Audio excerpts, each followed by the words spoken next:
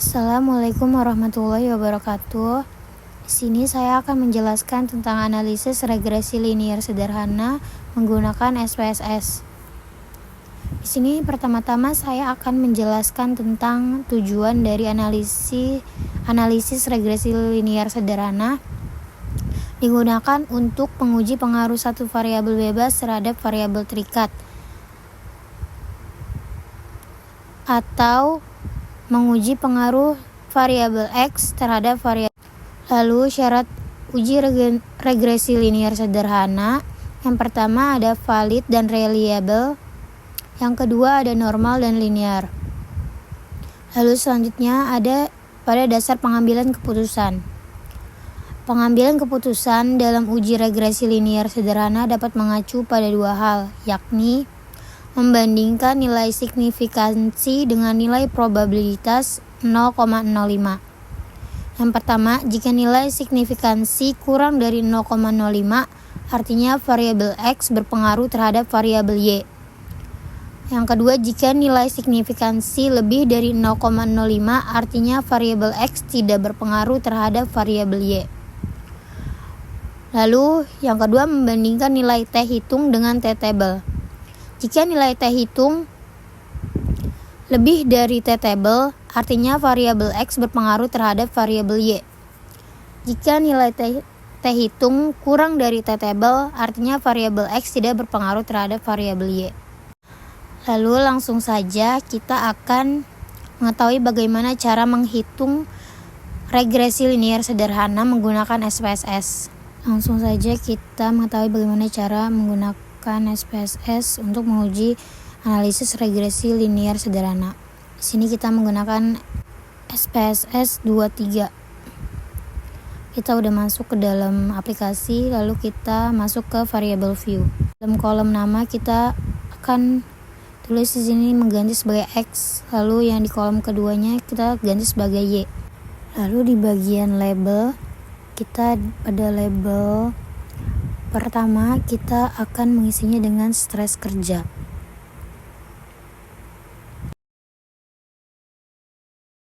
Lalu di kolom kedua label kita akan isinya sebagai kinerja pegawai. Di sini kita bisa ganti desimalnya menjadi 0 pada kedua kolom. Kita klik data view. Lalu kita ambil nilai yang sudah kita siapkan. Kita copy, lalu kita pindahkan ke aplikasi SPSS. Sini langsung saja kita bisa paste. Setelah datanya sudah kita pindahkan ke aplikasi SPSS, kita sudah bisa langsung menghitung hasil dari data tersebut. Langsung kita klik analyze, lalu kita klik regression, lalu klik linear, lalu muncul seperti ini. Kita masukkan stres kerja ke kolom independen, lalu kinerja pegawai ke kolom dependent. Lalu kita klik statistik, lalu kita klik R-square change, lalu kita continue, lalu klik OK. Nanti akan muncul seperti ini. Lalu kita sudah mendapatkan hasilnya dari analisis regresi linear sederhana. Lalu saya akan menjelaskan tentang output SPSS dan penjelasannya dari hasil yang sudah kita hitung tadi. Di sini pada bagian output hasil pertama yang kita dapatkan, output bagian pertama variable entered atau remove. Di tabel di atas ini menjelaskan tentang variabel yang dimasukkan serta metode yang digunakan. Dalam hal ini, variabel yang dimasukkan adalah variabel stres kerja sebagai variabel independen dan kinerja sebagai variabel dependen, dan metode yang digunakan adalah metode enter. Lalu selanjutnya kita akan membaca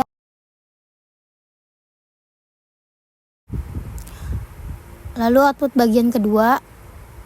Di bagian model summary Tabel di atas menjelaskan besarnya nilai korelasi atau hubungan R, yaitu sebesar 0,813. Dari output tersebut diperoleh koefisien determinasi atau R-square sebesar 0,661, yang mengandung pengertian bahwa pengaruh variabel bebas atau stres kerja terhadap variabel terikat atau kinerja pegawai adalah sebesar 66,1%. Lalu lanjut ke bagian keempat.